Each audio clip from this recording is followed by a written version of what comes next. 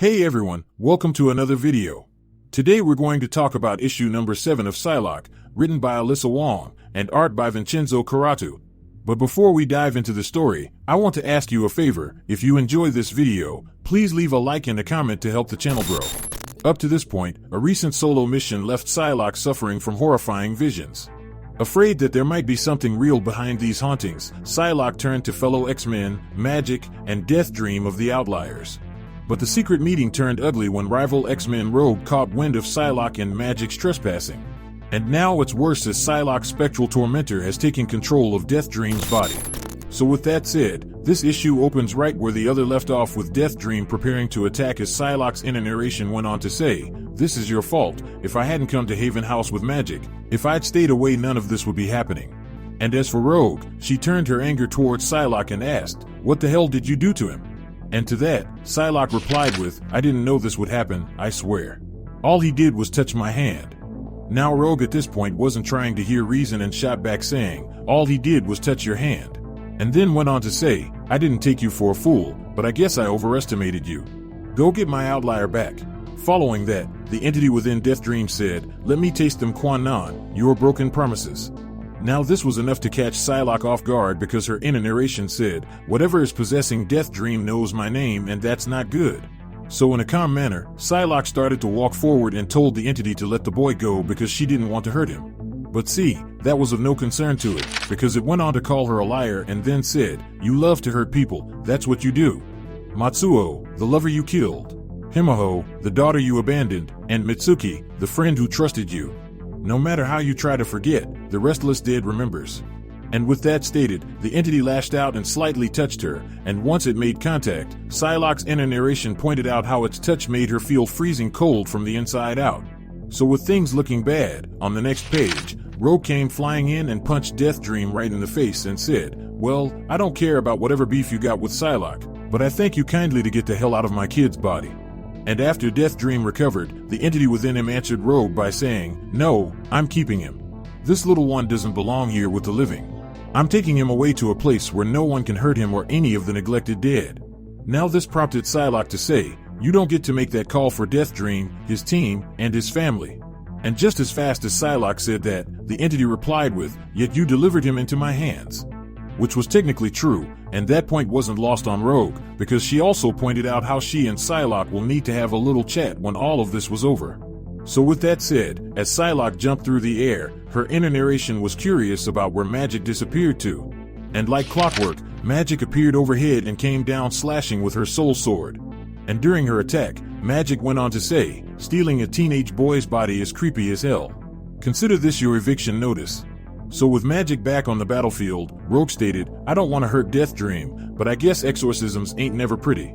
To that, Psylocke went on to say, she had never done one before, but then something within sparked a memory of something she did as a kid. And on the next page, we get to see just that. In this flashback, we see Psylocke and her childhood friend, Mitsuki, walking in the cold. And as they walked, Mitsuki said, "My hands are freezing, we've been tracking our target for hours. How are we supposed to assassinate him if I can't feel my fingers?" And to that, the young Psylocke offered up her gloves as an extra layer of protection to help aid her friend. And despite her friend's hesitation to take it, Psylocke just insisted that she would need it more. And then she made her promise not to tell their master, because to him, feelings are a sign of weakness. Following that, Mitsuki noticed something through the bamboo. She noticed a graveyard. And after further investigation, Psylocke noticed that the gravestones were ancient and the names were almost worn away, and no one had tended to this grave site in a long time. And just like that, a smell of rotting meat filled the air, and from the corner of the grave appeared a monster. Quickly, Psylocke went into attack mode, but her friend begged her to stop, because her friend went on to say that she thinks it's not a ghost but a yokai. Now Psylocke, being who she is, assumed that the creature was evil, but her friend had a feeling that it wasn't a threat. And during Mitsuki's conversation, she went on to say, "I've never met a Nupapo in person, but I should have guessed, they like graveyards and smell terrible." And then she went on to say that this graveyard is a graveyard of children. And as she looked at the tome, she went on to say, "If I couldn't talk to yokai, I wouldn't have known these are no memorials, no names, whoever they were, they have been forgotten by time. Just like the other Hands assassins in training who failed Master Hayashi. He won't even let us say their names." Then she went on to say the creature told her that they are special, But despite that, Matuski still feared the concept of being forgotten. With that fear voiced out loud, Psylocke went to her friend's side and promised that she would never allow that to happen if she could help it. And then Psylocke's inner narration stated, "When my world was cold and dark, Mitsuki was the only spark of warmth in my life. I would have done anything to keep that light from going out." So with that said, we then jump back to the current day with Greycrow hanging out with Devin in his cabin in Alaska. And the first thing Devin points out was how cold Alaska really is, and then asked if he had electricity? To which, John answered by saying, "Yes, I have electricity." And following that, funny enough, Devin asked how does he have electricity and not central air?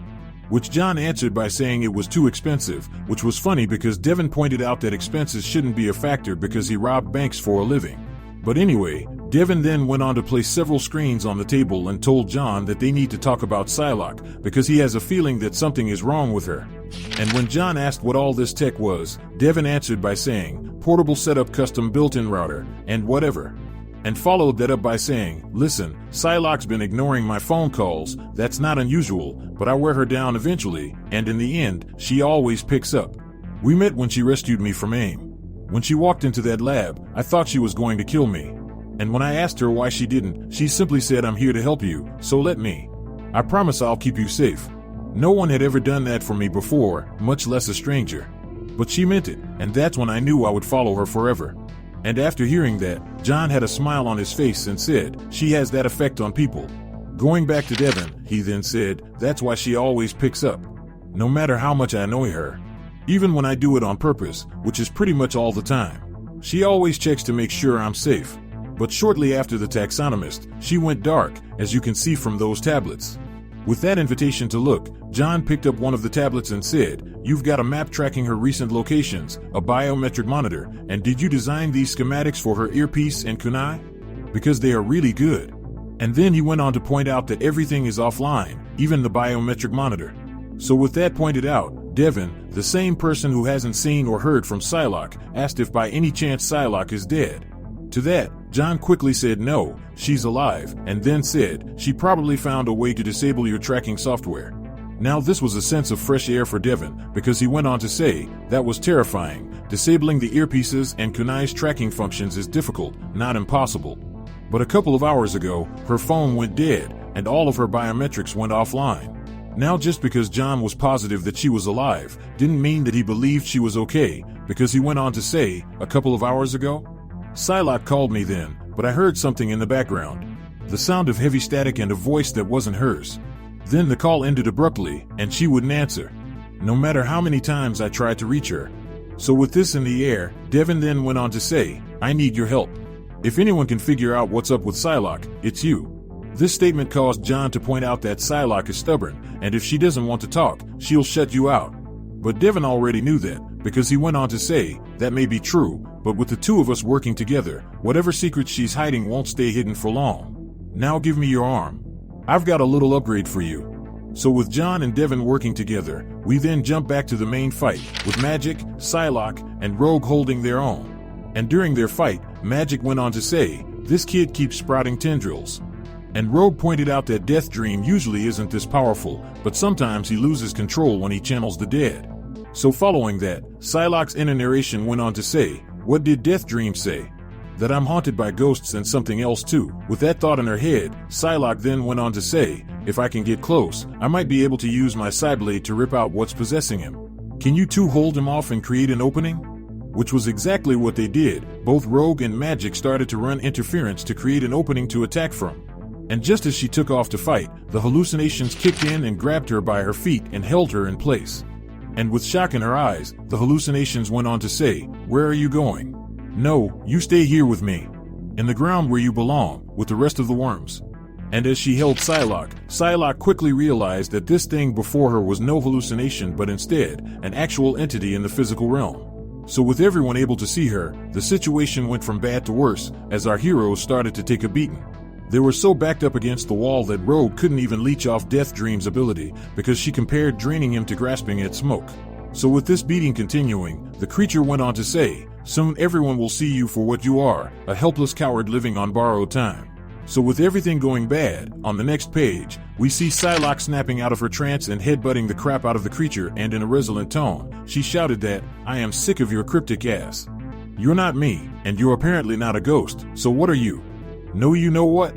It doesn't matter, you're apparently my responsibility, so Rogue, give me your hand and take my powers, I'll handle this, go get Deathdream." So with Rogue handling Psylocke's ability, Rogue went straight for Deathdream as Psylocke went old-fashioned on the entity and started to give it a good beatdown the ninja way.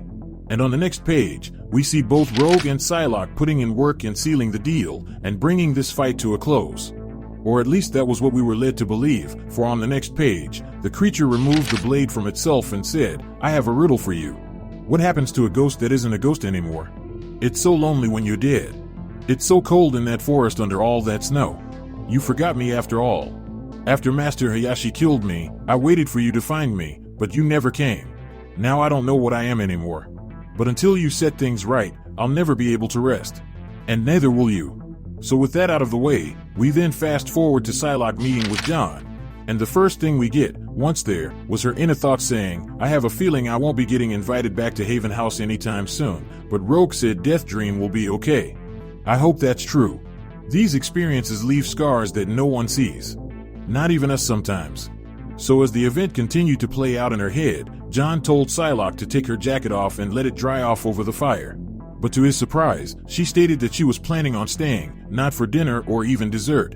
Now Psylocke did state that she loves dessert, but she has to head out immediately. It's an urgent new mission from Devon, and she'll be back, and the reason why she was there was because she wanted to see him before she left.